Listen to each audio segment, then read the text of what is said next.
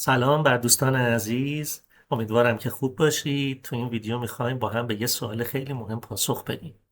آیا همه میلگردهای طولی ستون باید سنجاقی داشته باشن؟ این سوال ساده است اما جوابش تو اجرا خیلی مهمه. در آرماتور بندی ستون چیزی که باید کنترل کنیم فقط تعداد سنجاقی نیستش. باید ببینیم میلگردهای طولی واقعا مهار جانبی شدند یا خیر. پس سنجاقی هدف نیست. هدف اصلی تامین مهار جانبی مؤثر برای میلگردهای طولی ستونه. خواهش میکنم تا انتهای این ویدیو با من همراه باشید. پاسخ کوتاه خیر هست. الزام آیین‌نامه این نیست که همه میلگردهای طولی حتما سنجاقی جداگانه داشته باشند. هر میلگرد طولی واقع در گوشه مقطع و سایر میلگردهای طولی به صورت یه درمیون باید مهار جانبی مستقیم داشته باشند، یا توسط گوشه خاموت یا توسط سنجاقی. میلگردهای طولی بدون مهار جانبی مستقیم نباید بیش از 15 سانتیمتر فاصله از میلگرد مهار شده داشته باشند. پس هدف سنجاقی زدن همه میلگردها نیست.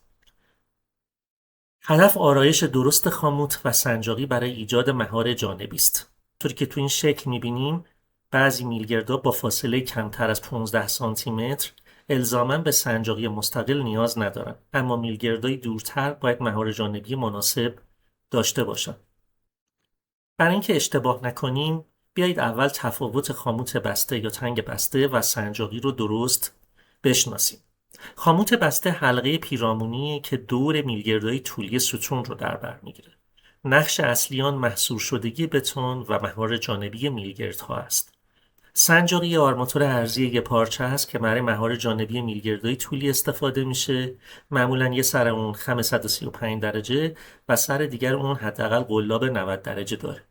نتیجه سنجاقی رو نمیتونیم جایگزین تنگ بسته بکنیم. سنجاقی ابزار تکمیلی است که برای جاهایی که خاموت بسته به تنهایی مهار کافی ایجاد نمیکنه به کار میاد. در سمت راست دو حالت میبینیم. یه مقطع فقط با خاموت بسته و یه مقطع با خاموت بسته و سنجاق. در حالت اول خاموت بسته دور مقطع رو قرار گرفته و میلگردهای پیرامونی رو در بر گرفته. این فلش میلگرد طولی رو نشون میده، همون عضوی که باید در برابر جابجایی جانبی مهار بشه. این فلش خاموت بسته رو نشون میده که نقش اصلی آن مهار پیرامونی میلگرد است. در این مقطع سنجاقی اضافه شده تا میلگردهایی که خاموت به تنهایی خوب مهار نمیکنه رو نگه داره.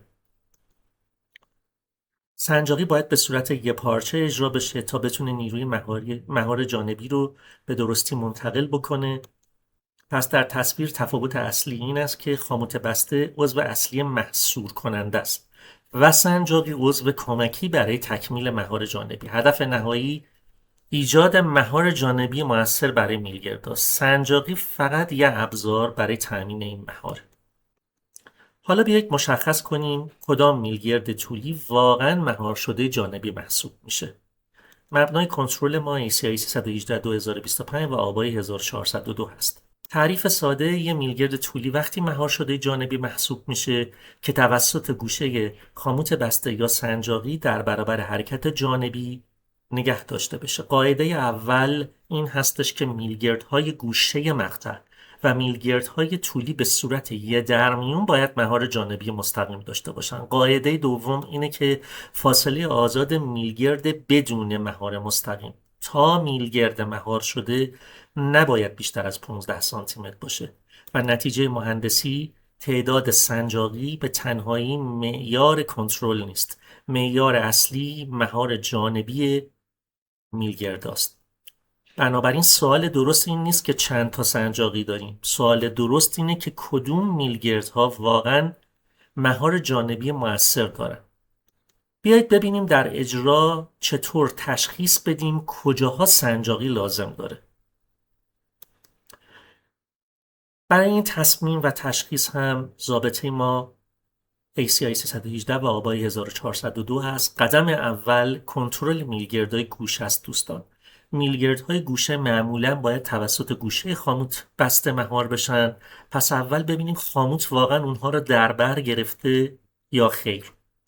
قدم دوم کنترل میلگردهای یک در میونه.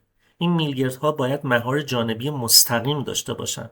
یا با گوشه خاموت یا با گوشه سنجاقی.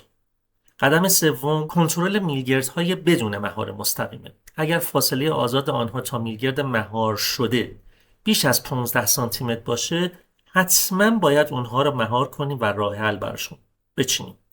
تصمیم نهایی، پس سنجاقی رو برای همه میلگردا نمیایم اضافه کنیم. فقط جایی میایم اضافه کنیم که بدون اون رابطه مهار جانبی مؤثر تأمین نشده باشه. در این تصویر مقطعی رو میبینیم که همین منطق رو میتونیم توش پیاده بکنیم. یعنی میلگردهایی که مستقیما مهار شدن و بعضی باید از نظر فاصله کنترل شه. این بخش نشون میده اگر فاصله میلگردها کمتر از 15 سانتی متر باشن، الزاماً سنجاقی نیاز نداره. وقتی فاصله آزاد میلگردها از حد مجاز بیشتر میشه، دیگه نمیتونیم اون میلگردها رو بدون مهار رها کنیم. حد مجاز چقدره دوستان؟ 15 سانتی متر. میلگرد گوشه باید با گوشه خاموت بسته بشه و مهار بشه.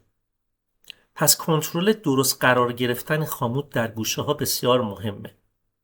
اگر خاموت میلگرد گوشه رو در بر نگیره، یعنی با اون باندینگ و اتصال نداشته باشه، حتی میلگرد گوشه هم مهار جانبی قابل قبول نخواهد داشت. فقط صرفا یه خاموت رو اونجا گذاشتیم. پس سنجاقی رو بیا جایی اضافه کن که ضابطه مهار جانبی بدون اون تأمین نمیشه. نه صرفا برای زیاد کردن تعداد سنجاقی یا فقط برای اجرای اون طبق نقشه. حالا چند خطای رایج اجرایی رو مرور کنیم، خطاهایی که باعث میشن سنجاقی اجرا بشه اما مهار مؤثر ایجاد نشه. مشکل اصلی معمولاً این نیست که تعداد سنجاقی کم گذاشته شده. مشکل اصلی اینه که مفهوم مهار جانبی مؤثر درست درک نشده. در خطای اول تمرکز اشتباه روی اینه که هر میلگرد باید یه سنجاقی داشته باشه. اصلاح مهندسیش اینه که مهار جانبی مؤثر میلگردها مد نظره، نه سنجاقی زدن تک تک اونها. در خطای دوم فقط تعداد سنجاقی شمرده میشه اما مسیر مهار جانبی کنترل نمیشه. اشتباه اینه که فقط تعداد سنجاقی رو بشمریم بدون اینکه بررسی کنیم کدوم میلگردها واقعا مهار شدن. اصلاحش اینه که ببینیم کدوم میلگردها مستقیما مهار شدن و فاصله میلگردهای بدون مهار مستقیم تا میلگردهای مهار شده چقدره. پس عدد سنجاقی به تنهایی کافی نیست. باید منطق مهار در کل مقطع رو کنترل بکنیم. در خطای سوم مشکل از خاموت بسته شروع میشه. یعنی خاموت درست با میلگردهای پیرامونی و گوشه نزدیک نشده. اشتباه اینه که خاموت بسته رو نزدیک میلگردها نبندیم یا میلگردها گوشه رو واقعا باهاش اتصال نداشته باشه، در بر نگرفته باشه.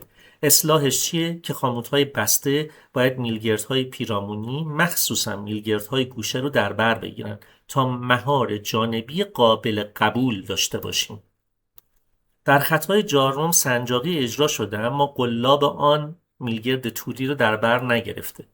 اصلاح مهندسیش اینه که سنجاقی فقط وقتی مؤثره که واقعا به میلگرد طولی گیر کنه و مهار جانبی ایجاد کنه، نه اینکه فقط در مقطع دیده بشه. پس نهایتا اگه بخوایم جمع‌بندی کنیم، سنجاقی زیادش الزاماً نشون دهنده مهار بهتر نیست. آرایش درست و درست اجرا کردنش یعنی مهار مؤثر. در پایان برای تصمیم گیری درباره سنجاقی در ستون یک چکلیست تصمیم گیری ساده رو بیاییم با هم بسازیم. برای کنترل نیاز به سنجاقی این 3 سوال رو باید بیاییم پاسخ بدیم. آیا میلگردهای گوشه واقعا توسط خاموت بسته مهار شده اند؟ کنترل دوم، آیا میلگردهای طولی یک درمیون مهار جانبی مستقیم دارند؟ کنترل سوم، آیا فاصله آزاد میلگردهای بدون مهار تا میلگردهای مهار شده حد اکثر 15 سانتی متر هست؟ پس سنجاقی رو بر اساس مسیر مهار جانبی اضافه می کنیم، نه بر اساس حدس، عادت اجرایی یا تکرار اجرا یا صرفاً اینکه توی اجرا بیایم نقشه رو پیاده کنیم. امیدوارم که این ویدیو مفید واقع شده باشه. ارادتمند.